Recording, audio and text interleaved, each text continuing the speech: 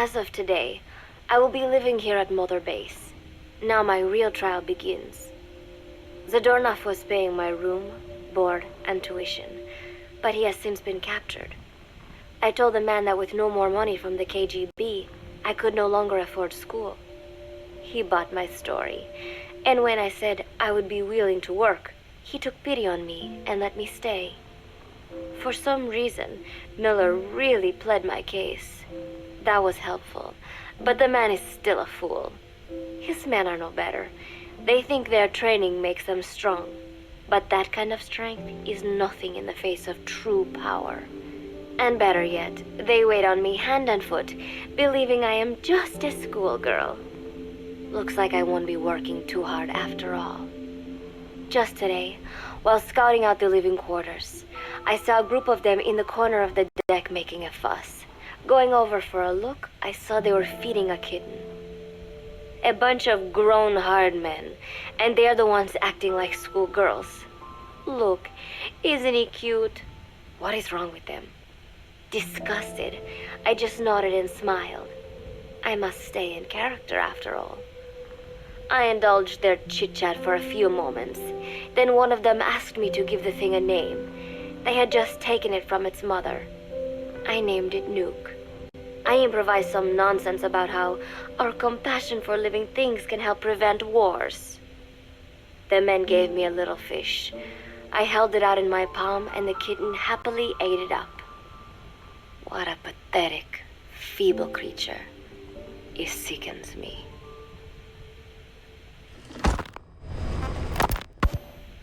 Today, Chico invited me to go fishing with the soldiers.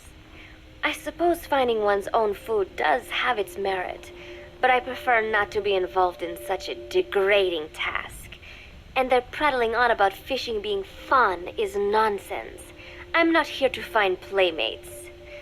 Nevertheless, distasteful as it was, I went along in order to maintain my cover. Chico thrust a fishing pole into my hands, and we went up onto the deck where several soldiers had gathered. They welcomed us warmly. With so few women aboard Mother Base, I'm treated like a princess. No one suspects I am neither a teenager nor a student. It was nice and sunny, with a gentle breeze and waves. As I cast my line and waited for a bite, the soldiers began to ask me all sorts of questions. As always, I answered according to our predefined scenario, feigning a smile. As I sat there feeding them lies, the fish began to bite, and the soldiers began to focus on their prey. Chico had his bait stolen by a fish, and got so angry that he stood up and nearly fell into the sea. Everybody laughed. It almost made me want to join in too. At some point, I got a bite myself. The instant after I felt that first gentle tug, the fish yanked the line with astonishing strength, and I let out a cry of surprise. I thought he was going to be huge. It was my first time fishing, and I was a bit flustered, so the soldier beside me helped by supporting the pole from behind. "Reel it in," they shouted. I nodded, turning the handle as fast as I could. I wondered what kind of fish lived below the surface, and thought back to the deep sea dives I had to do as part of training. Those were difficult days, but I remember finding the multicolored fish gliding through the water incredibly soothing. After a hard fight, I pulled it up. To my surprise, it wasn't even half a vara, rather anticlimactic. But I wasn't doing it for fun, so I wasn't the least bit disappointed. Nook was hovering nearby with an expectant look on his face, so I gave the fish to him. All in all, a thoroughly wasted day.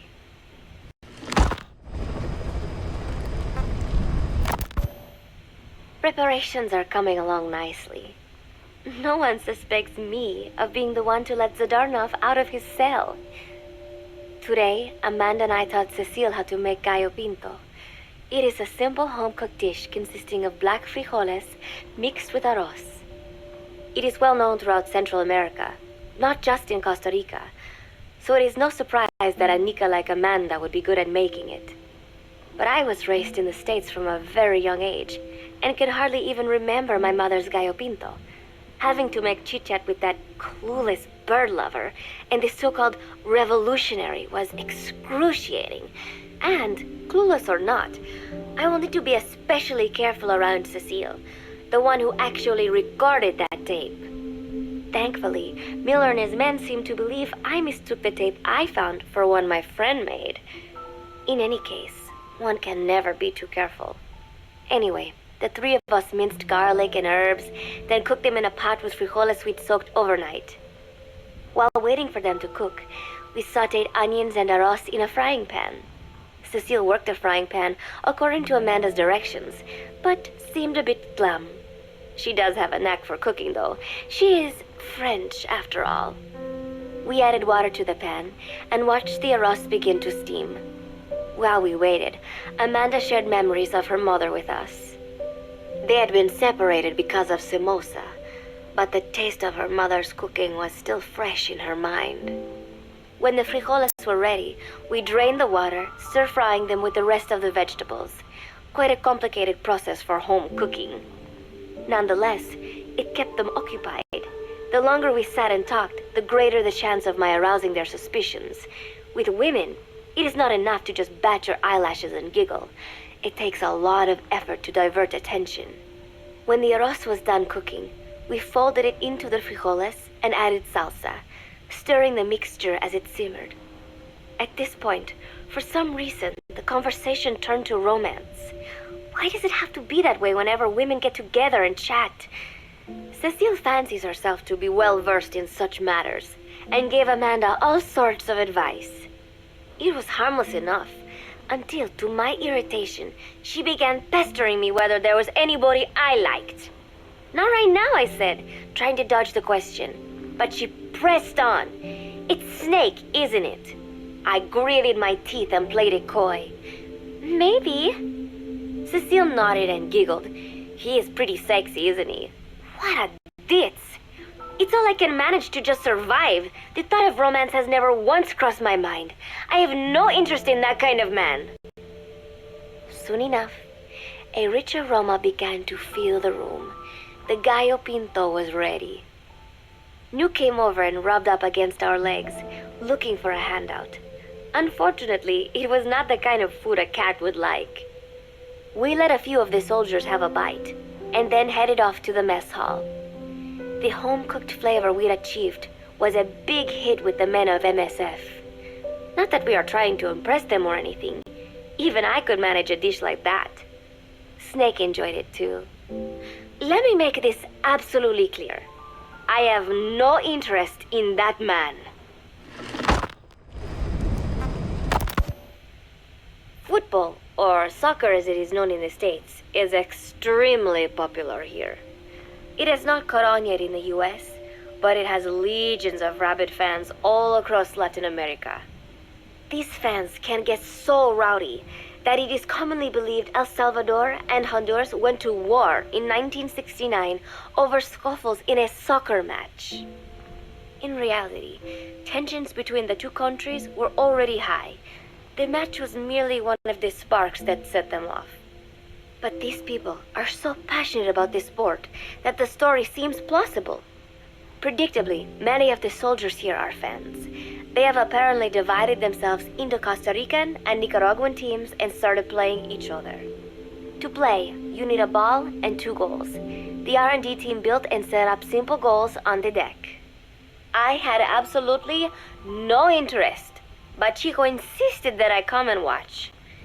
It was not a proper match by any means. The pitch was not even regulation size, but the players and spectators alike got pretty excited. They banged empty cans and shouted cheers through the handmade megaphones. It almost felt like carnival. Huey, the referee, blew a whistle to start the match.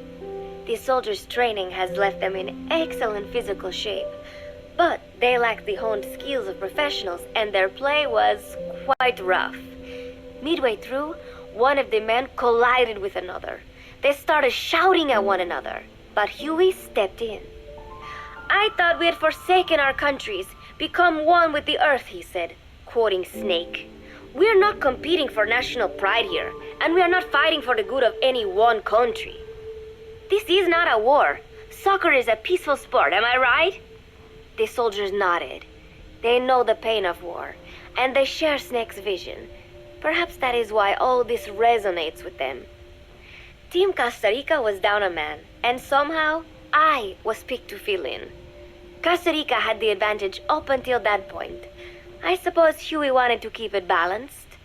The soldiers agreed with Huey's call. Maybe the Costa Rican players felt an even matchup would be more fun too. I could not be bothered to run at first, but chasing the ball out there in the hot sun, I was soon drenched in sweat. Before long, I found myself actively seeking out the ball, partially out of desperation. I picked up a loose ball deep on the opponent's side of the field. Even though he's Nicaraguan, Chico cheered me on, yelling, "Go for it, shoot!" I launched the ball as hard as I could, only to have it blocked by the keeper. Disappointment only increased my determination. In the end, I didn't score a single goal, and Costa Rica gave up its lead. It was really close, though. We congratulated each other on a good match and sprawled out in the shade on the deck, exhausted. The ocean breeze felt so nice on my sun-soaked body. Nuke came over. It is one of his favorite spots, and stretched out next to me. And together, we watched fluffy white clouds drift lazily across the clear blue sky. It was lovely out today, so I decided to sun myself in a lounge chair up on the deck when Strangelove came up to me. Despite the heat, she was in her usual long sleeves and pants. I waved at her. She looked away and mumbled, "Hello there. Fancy meeting you here."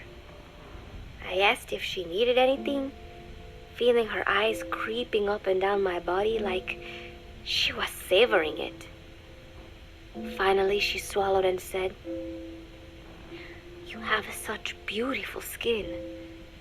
Bewildered, I shook my head and said, "No, not at all. I had heard rumors that she was a lesbian, but she couldn't be after me, could she?" She continued to stare and said, "No, it is beautiful, but you must not let yourself get so tanned." And then she took my hand in hers. "What is wrong with a little sun?" I asked, trying to cut the conversation short. But she shook her head violently. "No, you mustn't. A young lady should take better care of her skin." She was acting strangely now, as if aroused. She lectured me on the perils of tanning, how it ages skin, causing wrinkles and spots, and in the worst cases, even skin cancer. I knew already that tanning could cause spots, but I thought only pale-skinned Anglo-Saxons had to deal with that. Having a scientist tell me it causes aging, though, that spooked me a little. If I am to keep playing the teenager, I will have to start paying more attention to my skin. Sensing my anxiety, she took a small tube from her pocket. She said it was the sunscreen she always used. She told me to keep it. I didn't know what to say. I was more than happy to take it, but exactly what were her intentions? Was she merely being nice? Or is she really into me? Either way, there was no reason to refuse, I suppose. I have undergone training. An out-of-shape woman does not pose any real threat to me. Having power means not being afraid. It is the same on a global scale. A country with nukes can dictate terms to a country without them. I thanked her and took the tube. Then she offered to put some on for me. She squirted some lotion onto her fingers and began rubbing it into my chest. It happened so suddenly, and I was so taken aback that I did not even think to protest. She caressed my stomach with her long white fingers, then slid them upwards between my bikini-clad breasts. "What? Wait," I sputtered as her moist eyes met mine. She was beautiful. Somehow, I found myself captivated by this woman more than 10 years my elder. "Hold still," she whispered in my ear. I nodded silently, unable to refuse. My body went limp, motionless, as if in a trance. Gently, carefully, she rubbed the lotion all over my entire body. I shouldn't have enjoyed it, and yet I could not help myself. For a moment, I was spellbound. That woman is dangerous. I had better watch myself.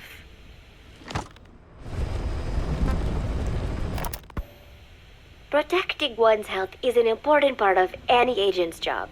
But despite my best efforts, I have caught a cold. Now that I think about it, Mother Base's numbers are on the rise, with soldiers coming from all different places and backgrounds. It is no wonder then that sooner or later someone would bring in a virus.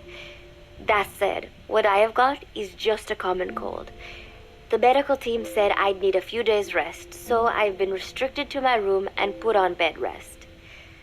I thought I'd gotten used to not having anyone around to relate to, but at times like these, being alone is just miserable. All I could do was lay there and stroke Nook's back, trying to take my mind off how bad I felt. Nook just sat there, not making a sound. But I did have visitors. Amanda and Chico, Huey, Cecile, Miller, and a few of the soldiers I've become relatively close to. Amanda made me a soup with herbs she said were good for a cold. Miller told me to take it easy. I will sing you a lullaby, he said, then broke out a guitar and sang some incomprehensible song in Japanese. I did not need to understand the lyrics to know he is an awful singer. Then he said, "You know what is good for a cold? Suppositories. Here, I'll show you."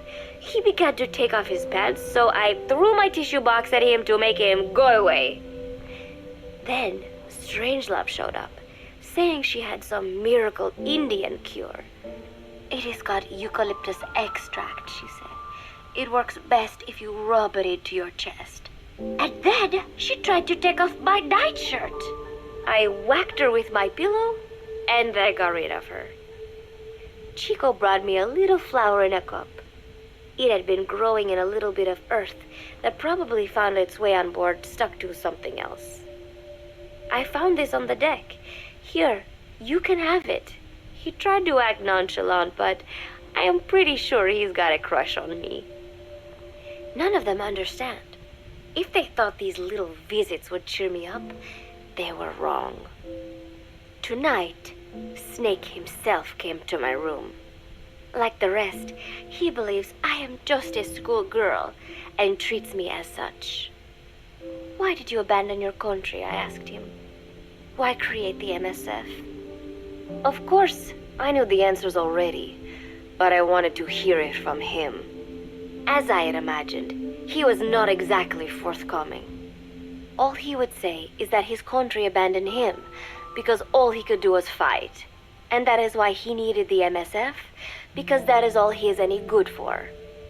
Then he said, "Fighting is the only thing I understand, but that does not mean I have got a grudge against those who believe in peace. I am not one of them, and I do not believe in peace. Conflict is in man's nature. We fight our enemies in order to survive."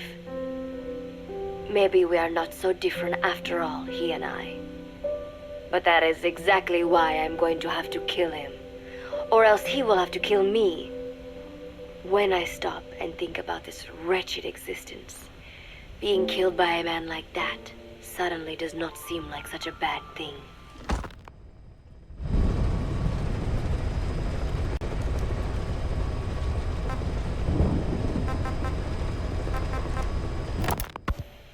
Every month, Mother Base throws a party for all the soldiers whose birthdays fall in that month. There is something strange about a military organization having parties. Really though, it is just an excuse to drink and make noise. It is not easy to get alcohol on a fortress in the middle of the ocean. Most days they are training from dawn till dusk. They do not have time for things like drinking. That is why Snake and Miller came up with the idea to give everyone a chance to let loose. Obviously, a bunch of bores like that are not going to bother with blowing out candles on a cake. Rather, They sit there in a cloud of cigarette smoke, drink beer, eat meat, tell tasteless jokes, and swap crude insults about one another's hometowns. But it hardly ever breaks out into something serious. They talk up a storm, but they're just having fun. It is funny. You have got members of FSLN rubbing shoulders with the UCLAs, people who once would have considered the other mortal enemies. I wonder if that is what makes Big Boss so popular. In leaving their countries behind, they leave their hatred for other countries too. Miller seemed a little protective of me. Hope they're not being too crude, he said. But soon enough, he too was drunk. He yelled, "Come here and take a look at the real Kazuhira Miller," then dropped his pants and mooned everybody. The other soldiers burst out laughing. I have never seen such a crude, ridiculous party before. And yet, all these people, laughing and acting the fool. Is this what they call peace? For some reason, I began to think about all that has happened since I came here. Fishing with Chico, cooking with Amanda and Cecile, playing soccer, having visitors when I caught a cold. When I stop and think about it, my time here has been the most peaceful of my life. But that is about to end. I cannot imagine he will be willing to negotiate. It seems I am to fight the legendary Big Boss. I do not know if I'll be able to beat him, but if I have to choose between death and defying Cypher, I will gladly choose death. The thought of dying does not scare me, but if I disobey my orders, the fear and despair awaiting me will be far worse than anything I can imagine. It was Cypher who took me in as an orphan, gave me food and a place to live. His orders may have been unreasonable, but I will never repay my debt entirely. It seems I have no choice. I must fight this man. I must fight Snake. Do you know Miller, Snake's right-hand man? Apparently has got at least one serious weakness. He is an insatiable womanizer. He does not bother me, most likely because he considers teenagers off limits. But he has hit on every single one of the few female soldiers here at Mother Base. They ought to be telling him where to stick it, but end up falling for it so easily. I think some of it stems from the fact that he is actually not that bad looking. Anyway, today, that nasty habit got him in trouble. He and Snake got into one of their rare fights, and I was there to see it. They burst out of the showers, completely naked, trading punches. I am no child. The sight of a naked man does not make me blush, but this was something else. "Maybe this'll teach you," Snake yelled as he slammed his fists into Miller's chest. I heard later that apparently he'd been two-timing someone, and that same someone had gone to Snake with her troubles. As I see it, it is her own fault for letting herself be deceived like that. If she is too dumb to see through Miller's lies, then she got what she deserved. But this was not the first time it had happened, or the second, and Snake read Miller the riot act. Miller argued back, and what began as a shouting match turned into a fist fight. "You son of a bitch," Miller yelled as he swung. "Not bad," said Snake, smiling, "but not good enough." And then he was back on the offensive. They had already been at it pretty hard in the showers, and their bodies were covered with bruises. Both of these men had been trained for war, their bodies deadly weapons. They were each bleeding from a dozen places. All this from a fist fight. Even so, it was far less gruesome than if they had given it their all. It was obvious that one of them would be dead were they fighting for real. Miller took another swing, yelling, "Try this then!" Snake parried, then responded in kind, but I could tell he was not aiming for anything vital. "You are one tough bastard, boss," Miller muttered. A smile crept across his face as he caught his breath. And then they went right on fighting. Blood and sweat flew off their glistening bodies. It was combat without hatred or hostile intent. I had never seen violence like this before. And yet, it was more than just a friendly tussle. They were utilizing every technique they knew. It was not a sporting match. They were not playing by the rules. How could they keep this up? At last the two men tired themselves out, and the bizarre scene came to an end.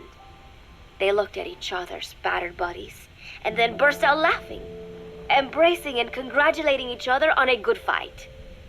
It all seemed so idiotic. I still cannot fathom such behavior.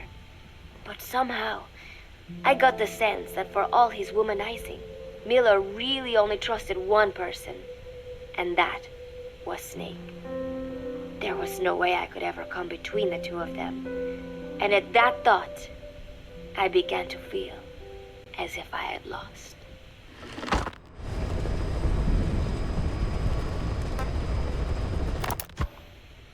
All of Mother Base is preparing for a festival. Since Snake and his soldiers spend so much time fighting, they are setting aside one day a year for peace and relaxation. I do not know all the details, but apparently that is what Snake and Miller decided. These soldiers love the idea, of course. There is so little fun to be had here that everybody looks forward to events like these. That is all well and good, but somehow I got roped into getting on stage. Come on, we even both have peace in our names, said Miller. And Zadarnov, that old Ruski's name, has something to do with peace too, right? Hey, as long as we are having a day of peace, we ought to get an act together. The Three-Piece Band. I thought he was joking. He then proceeded to share his idea without bothering to check with me. And now, I am slated to sing. Apparently, he had heard me on the deck one day, and since then he's wanted to form a band. Everybody's looking forward to it, so there is no way for me to back out now. I've never done anything like this, but it does feel kind of nice to know that people are looking forward to it. I mean, it cannot be any worse than Miller's singing, but modifications to Zeke are already finalized, and I must complete my mission. Betray Cypher now, and I will face a fate far worse than death. Still, there is no need to put things in motion just yet. What difference would it make to just wait a little while longer? A whole day of peace. The mission can wait until after that. Can it not? I know I'm only delaying the inevitable. When the day comes, one of us will have to die. Snake or me. But still, if I could just come up with some way to stall Cypher, at least until our day of peace. When did I start having thoughts like this?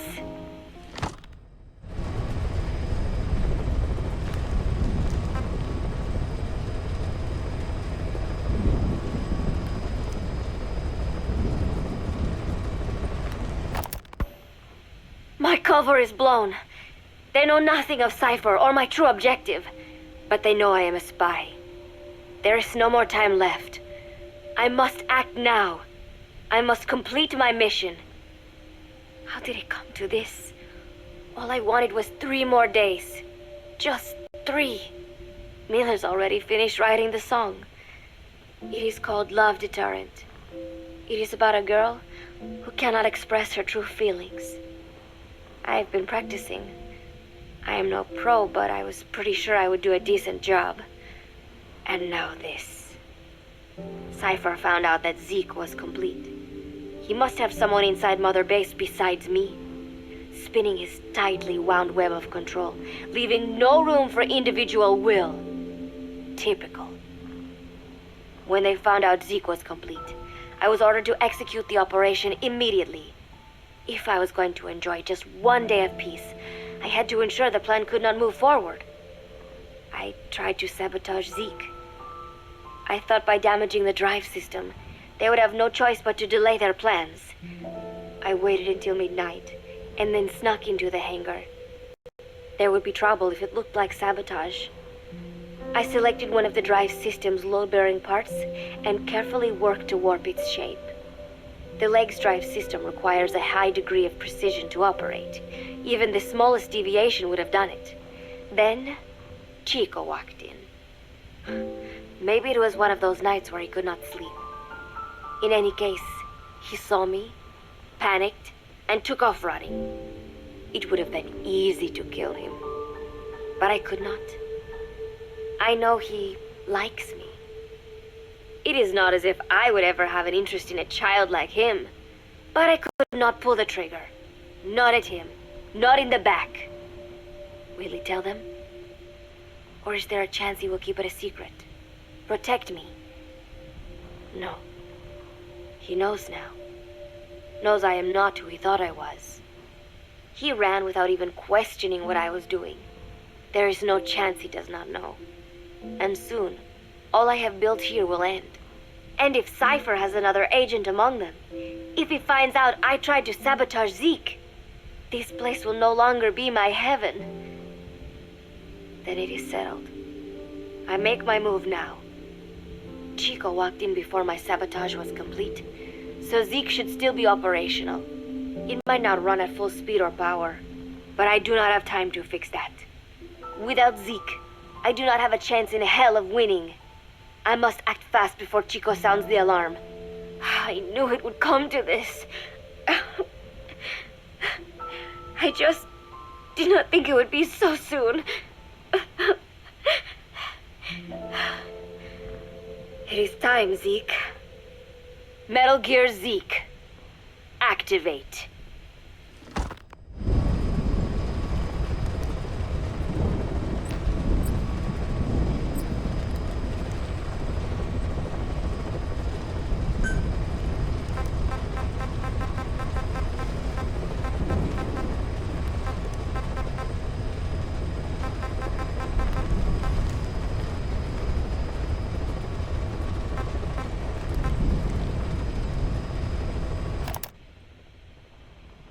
I heard about Paz's tapes. Yeah.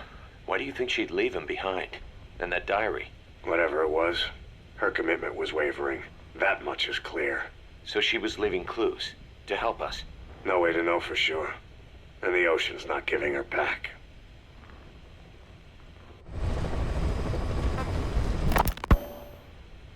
November 4th, 1974.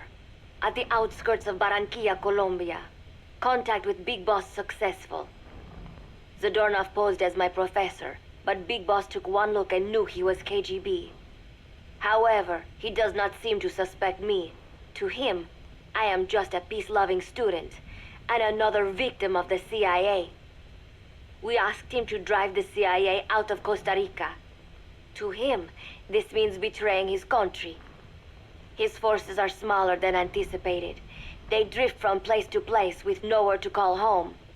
That provided us an opportunity, so we seized it.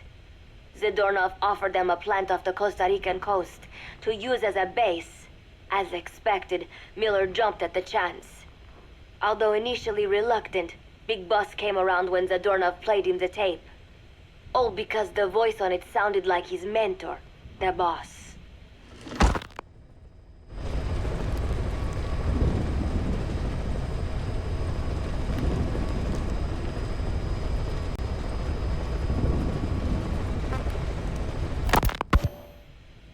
Naked Snake, the man who once saved the world from the brink of nuclear war. Awarded the title of Big Boss for his service. He later became a mercenary, abandoning both his title and his country. To him, that honor was steeped in the blood of the boss, the mentor he was forced to eliminate. Exceptionally charismatic, he possesses unparalleled combat and intelligence-gathering abilities.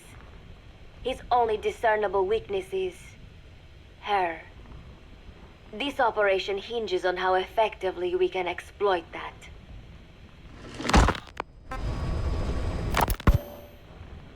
Kazuhira Miller is Big Boss's lieutenant. Half Japanese, half American. He once served in Japan's self-defense force. Though he and Snake first met as enemies, they discovered a common bond and together built their private army, with Miller directing business and administrative affairs. He comes off as shallow, but his true intent is hard to read. I must be careful. All that is clear is his infatuation with Big Boss.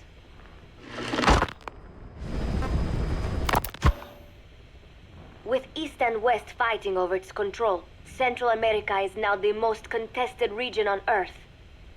CIA Central American Station Chief Coldman has developed Peace Walker, a fully AI automated, fail-deadly nuclear launch system with which he aims to reignite the Cold War. Snake's new objective in Costa Rica is to prevent that.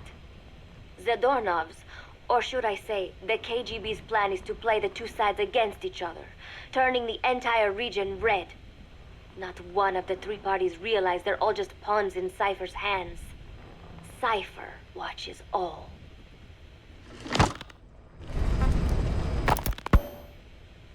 Mother Base has developed rapidly since being established in the Caribbean Sea.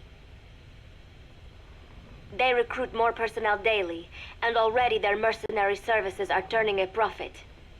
Big Boss's leadership and charisma, and Miller's business acumen drive this impressive growth. Furthermore, joining forces with a faction of the FSLN has expanded their power even more. They have even commenced their own weapons development program. All is proceeding according to Cypher's will. I could not be more pleased.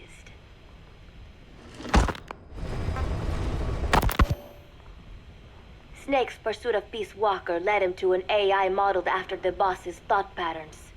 It was incomplete, but somewhat ironically, making contact with Snake was the necessary finishing touch. Meanwhile, the scientist behind Peace Walker's locomotive control, Huey, defected to Snake's army. His presence has greatly accelerated weapons development at Mother Base. I failed to anticipate Coldman's madness, but nuclear war was averted. However, this was only after the boss AI on board Peace Walker sank itself to the bottom of the lake, in what could be likened to suicide.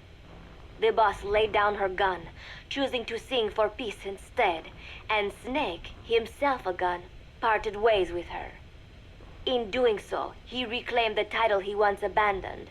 He is Big Boss.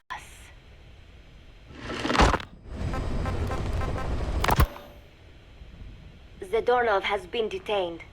Since this leaves my cover identity without a guardian, the Mother Base staff has taken me in. I am now better placed than ever to monitor their internal affairs. Everything continues to unfold according to plan. The developer of the boss AI, Dr. Strangelove, has also come to Mother Base. With her and Huey's expertise, they can now develop a weapon capable of matching Peace Walker.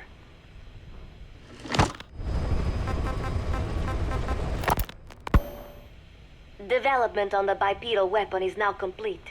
They call it Metal Gear Zeke. It stands there like some sort of mystical guardian. The soldiers gaze on it with pride and reverence. Big Boss has elected to arm it with a nuclear weapon. As an army without a nation, they seem to feel the need for a deterrent against whatever the world might pit against them. It is a dangerous gambit. Why do such a thing? Their nuclear strategy differs from the Americans and the Soviet Union. The superpowers deter attack by revealing their nuclear arsenals to one another. Snake and his men know that if they were to go public with this, the whole world would unite against them. Business would dry up overnight. So they do not plan on revealing the nuke until necessary. This ace-in-the-hole approach is their idea of a nuclear strategy. Wielding a deterrent, all the while unable to reveal its existence. I wonder if Snake sees how vulnerable this makes them.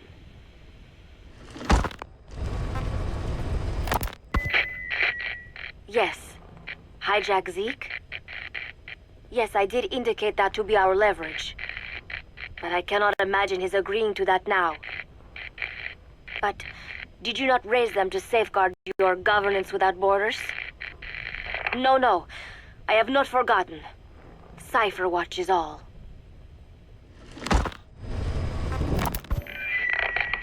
Yes, things are proceeding, but modifying Zeke has not proven easy. I am using Zadornov to buy some time. No, I have not forgotten what you said. However, well, forgive me for asking, but this is you I am speaking to, isn't it, Cypher? I will fight Big Boss. The world must be ruled by a single will. To defy Cypher is a fate worse than death.